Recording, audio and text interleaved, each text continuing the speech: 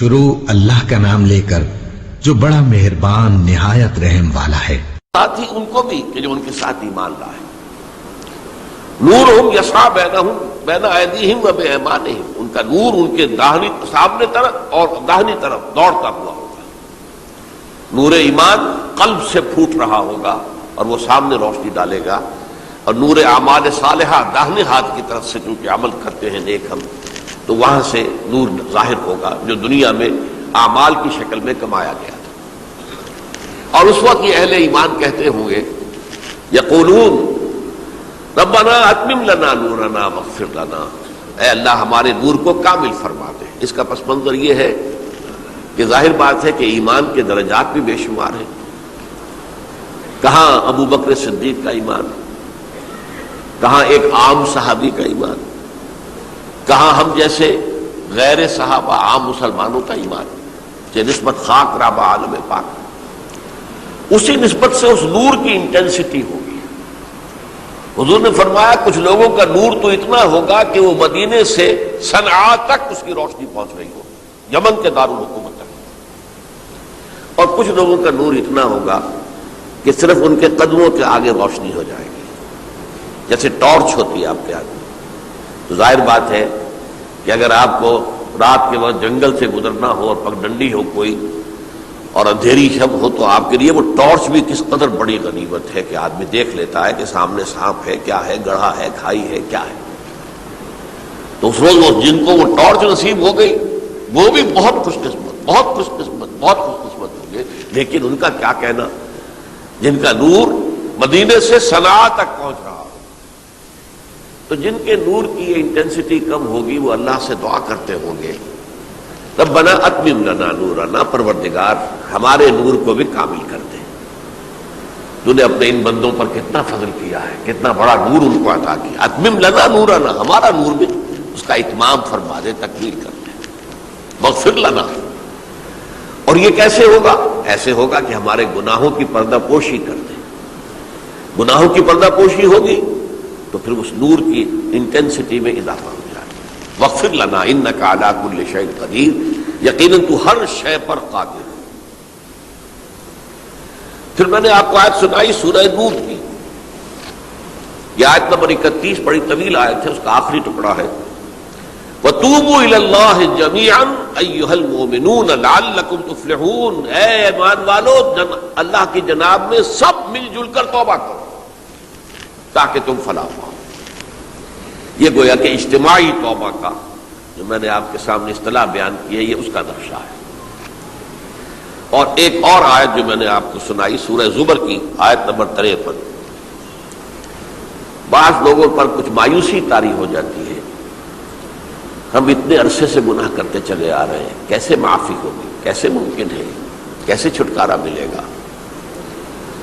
ایسے لوگوں کے لیے ان کے اطمینان کے لیے، ان کی دلجوئی کے لیے، ان کی تسلی کے لیے یہ آیت عظیم ترین آیات میں سے قرآن مجید کی۔ قل یا عبادی الذین اسرفوا علی انفسہم، اے نبی کہہ دیجئے اے میرے وہ بندو جنہوں نے اپنی جانوں پر ظلم کیا ہے، ظلم اٹھایا ہے، زیادتی کی ہے۔ تم اگر گناہ کرتے رہے ہو تو اپنی جان پر ظلم کیا ہے، میرا تو کچھ نہیں بگاڑا۔ اللہ تو غنی ہے، اس کی تو سلطنت میں کوئی کمی نہیں آتی۔ ایک حدیث قدسی میں الفاظ آئے ہیں، میرے بندو اگر تم سب کے سب، اولکم و آخرکم و انسکم و جنکم، تمام انس و جن اور اولین سے لے کر آخرین تک کسی بدترین انسان جیسے فاسق و فاجر ہو جائیں، سب ابلیس بن جائیں، تب بھی میری سلطنت میں کوئی کمی نہیں ہوگی۔ اور اگر تم سب کے سب اولین و آخرین اور انس اور جن سب مل کر جو متقی ترین انسان ہو سکتا ہے ویسے بن جاؤ، ابو بکر صدیق بن جاؤ، تب بھی میری سلطنت میں کوئی اضافہ نہیں ہوگا۔ تو اللہ تعالیٰ کا تو کچھ بگڑتا نہیں ہے، انسان گناہ کرتا ہے تو اپنا نقصان کرتا ہے۔ قل یا عبادی الذین اسرفوا علی انفسہم، کہہ دیجئے اے نبی اے میرے وہ بندو جنہوں نے اپنی جانوں پر ظلم کیا ہے، ستم کیا ہے، ظلم اٹھایا ہے، لا تقنطوا من رحمت اللہ۔ میں آج بعض حدیثیں اس موضوع پر آپ کو سناؤں گا، عجیب چشم کشا حدیثیں ہیں، میں نے چونکہ اس موضوع پر گفتگو کرنی تھی تو میں نے کچھ اس مرتبہ احادیث کا تفحص کیا، تو واقعہ یہ ہے کہ بعض احادیث پڑھ کر خود میری جو ہے میرے علم میں اضافہ ہوا، ادھر میری توجہ آج تک نہیں گئی تھی۔ لا تقنطوا من رحمت اللہ، اللہ کی رحمت سے مایوس مت ہو۔ ان اللہ یغفر الذنوب جميعا، اللہ تعالیٰ تمام کے تمام گناہ معاف کر دے۔ اللہ تعالیٰ کی قدرت ہے، اللہ کا اختیار ہے، اللہ کا فیصلہ ہے، لہذا مایوس نہ ہو، اصلاح کرو۔ احادیث تو میں بعد میں آپ کو سناؤں گا، اس سے پہلے اس کا فلسفہ سمجھ لیجئے اصل میں کیا ہے۔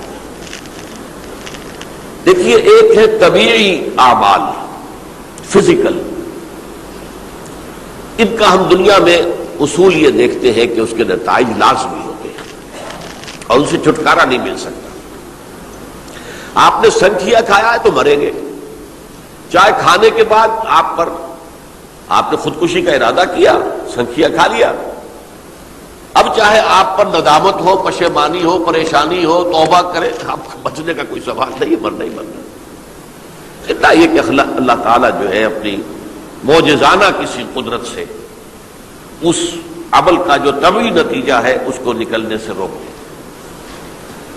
آگ کی فطرت ہے کہ وہ جلاتی ہے، اللہ کے حکم کے تحت حضرت ابراہیم کو اس نے نہیں جلایا، یا نار کونی بردن وسلام علی ابراہیم۔ لیکن یہ ہمیشہ نہیں ہوتا، یہ تو ایک دفعہ ہو گیا بس۔ اللہ جب چاہے اب بھی کر سکتا ہے، لیکن یہ روز روز نہیں ہوتا۔ روز روز جو بھی فزیکل لاز ہیں وہ چل رہے ہیں، اگر وہ نہ چلے تو کوئی سائنس پاسبل ہی نہ ہو، کوئی ٹیکنالوجی ممکن ہی نہ ہو۔ یہ تو ان فزیکل کیمیکل لاز جو ہے ان کا دوام ہے کہ جس کی وجہ سے یہ ساری سائنس اور ٹیکنالوجی اب کہاں سے کہاں پہنچ رہی ہے کہ عروج آدم خاکی سے انجم سے ہمیں جاتے ہیں کہ یہ ٹوٹا ہوا تارا کہیں مہی کا عمل نہ بن جائے۔ تو یہ توبہ جو ہے فزیکل اعمال میں مفید نہیں ہے، چاہے آپ پر یہ احساس میں کیا کر بیٹھا، کیا میں نے کیا، کیوں میں نے کھا لیا یہ سن کیا، تو اب اثر کرے گا۔ جو اخلاقی اعمال ہے ان کا قانون یہ نہیں ہے۔ اخلاقی اعمال کے نتائج ختم ہو جاتے ہیں توبہ کے ساتھ۔ یہ ایک بہت بڑا قانون ہے، بہت بڑا قانون۔ ایسا نہیں ہے کہ کسی گناہ سے انسان کی فطرت میں کوئی ایسی مستقل کجی واقع ہو جائے کہ جس کی اصلاح کی کوئی صورت ہی نہ ہو، یہ نہیں ہے۔ بڑے سے بڑے گناہ، بڑے سے بڑے گناہ توبہ کرو، خلوص دل سے کرو، جو اس کے اصول ہیں، جو اس کے قواعد ہیں، جو اس کے ضوابط ہیں، جو اس کی شرائط ہیں، ان کو پورا کرو۔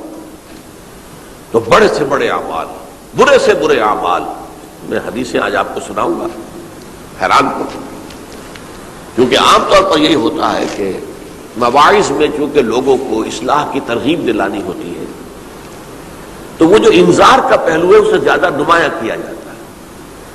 اللہ کی طرف سے شدید ذو انتقام، اللہ انتقام دینے والا ہے، اللہ سزا دینے والا ہے۔ لیکن یہ دوسرا پہلو جو ہے وہ بھی اپنی جگہ پر بہت اہمیت کا حامل ہے کہ طبیعی اعمال کے نتائج اور عواقب اور اخلاقی اعمال کے نتائج و عواقب یہ ایک جیسے نہیں ہیں۔ اب اس معاملے میں تاریخ مذاہب عالم میں جو بہت بڑی غلطی ہوئی، بہت بڑی غلطی ہوئی، بہت بڑی غلطی ہوئی،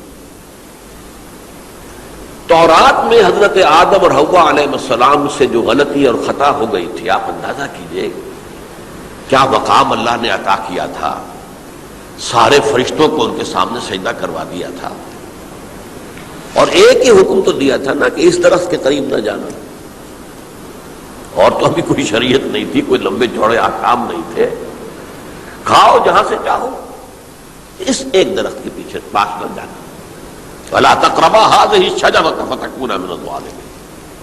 اور وہی کام کر بیٹھے حضرت آدم اور حضرت حوا علیہ السلام۔ کتنا بڑا گناہ، کتنا بڑا گناہ، کتنا بڑا گناہ۔ لیکن قرآن نے وضاحت کر دی کہ آدم نے توبہ کی، اللہ نے معاف کر دیا۔